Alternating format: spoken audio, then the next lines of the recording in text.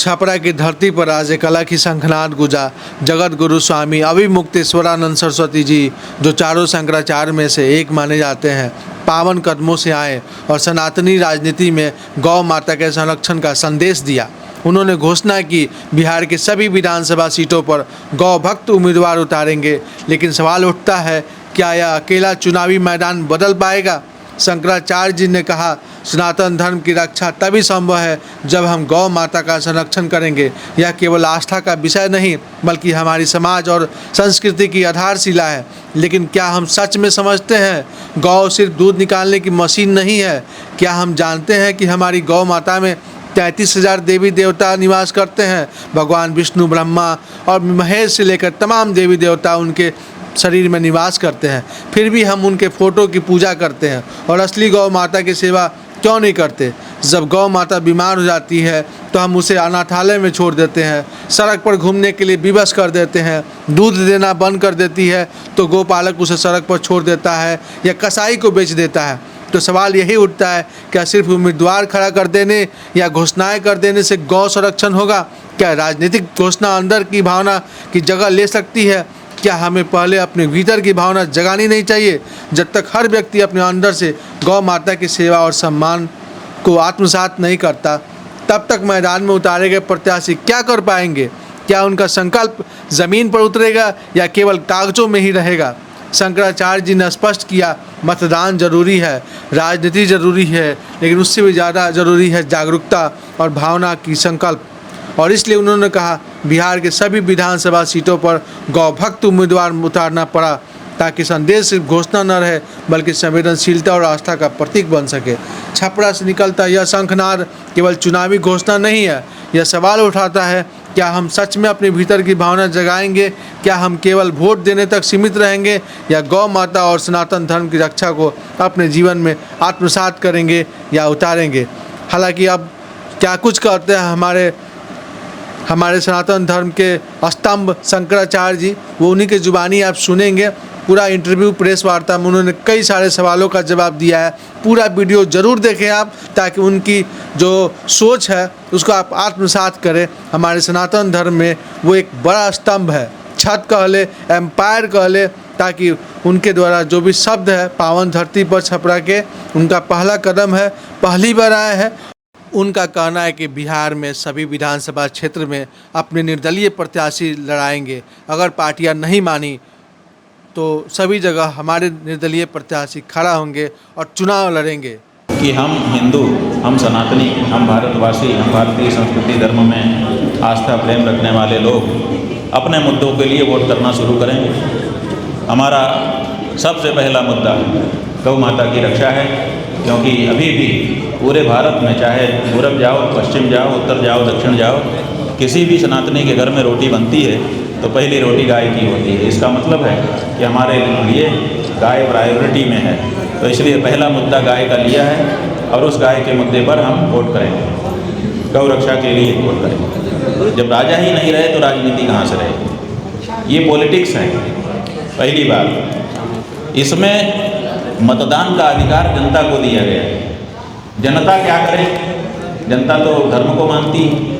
तो हमने अभी अपने अनुयायियों को भी बताया है, आपके सामने फिर से संक्षेप में दोहरा रहे हैं कि हम धार्मिक लोग कुछ भी करते हैं, जो भी काम करेंगे उसमें धर्म का विचार करते हैं कि ये जो मैं करने जा रहा हूँ इससे पाप तो नहीं हो जाएगा, इससे पुण्य ही होगा। जब पुण्य का आश्वासन हमको मिल जाता है तभी हम वो काम करते हैं। तो ऐसे मतदान भी एक काम है। अगर उस मतदान रूपी काम को हम करेंगे तो हमको ये आश्वासन होना चाहिए कि हमारा मतदान पाप का कारण नहीं बनेगा, हमको पापी नहीं बनाएगा। तो इसलिए पाप पुण्य का विचार करके ही हम करेंगे। जैसे गाय के बारे में उन्होंने पूरे देश को बड़ी आशा जगा दी थी अपने वक्तव्यों से। ऐसा लगा था कि ये व्यक्ति आया तो गौ हत्या तो बंद होगी ही, बाकी कुछ काम हो चाहे ना हो।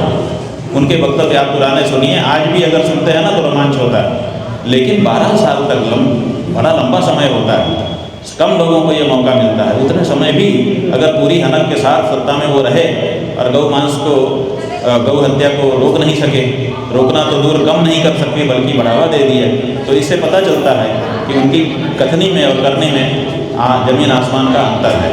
तो इस बारे में उनके हम आलोचक हैं, हम उनको बिल्कुल पसंद नहीं करते हैं। हमको लगता है कि उन्होंने हिंदू जनता को धोखा दिया। पहले हम हिंदू तो बने, गौ हत्यारी पार्टियों को हम वोट देते चले जा रहे हैं और अपने आप को हम हिंदू भी कहते चले जा रहे हैं। अभी तो यहाँ पेच फंसा हुआ है, इसलिए पहले हम शुद्ध हिंदू बने, तब उसके बाद फिर हिंदू राष्ट्र की बात होगी कि 33 करोड़ लोग अगर गाय के लिए वोट देने लगेंगे तो वो 33 करोड़ वोट कोई भी राजनीतिक दल छोड़ना नहीं चाहेगा। वो चाहेगा कि ये वोट हमें मिल जाएगा, तो कोई न कोई राजनीतिक दल आएगा और कहेगा कि मैं तो ये करूँगा। तो पहले तो उनके लिए ये लोग प्रकट कर रहे हैं, पैदा कर रहे हैं। और रामाधाम का निर्माण हर विधानसभा में पहले चरण में हर विधानसभा में एक रामाधाम बना रहे हैं, आदर्श गौशाला, जिसमें हमारी शुद्ध देशी नस्ल की गौ माता बड़े प्रतिष्ठापूर्वक जीवन में रहेगी। तो उसका भी निर्माण के लिए कार्य हम कर रहे हैं। और तीसरे 3600 से ज़्यादा बूचड़खाने हमारे देश में हैं जिनको गाय काटने का लाइसेंस भारत सरकार ने और प्रदेश की सरकारों ने दिया हुआ है। तो हम उनको नोटिस देने जा रहे हैं कि आप हमारी गाय को काटना बंद करिए, अन्यथा हम लाइसेंस की परवाह नहीं करेंगे, क्योंकि ये सीधे हमको हर्ट कर रहा है। और उनको नोटिस देंगे, रिमाइंडर देंगे, और फिर हमने कहा है कि हम धावा बोलेंगे उनके ऊपर कि आप बंद करो, नहीं तो हम जैसे हमारी माँ को तुम काट रहे हो वैसे हम तुमको काटेंगे।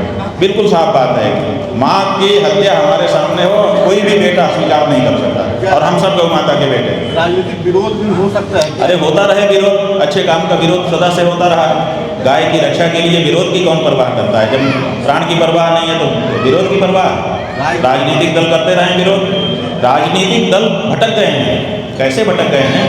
राजनीतिक दलों को बहुसंख्यक लोगों की भावना के अनुरूप शासन करना चाहिए।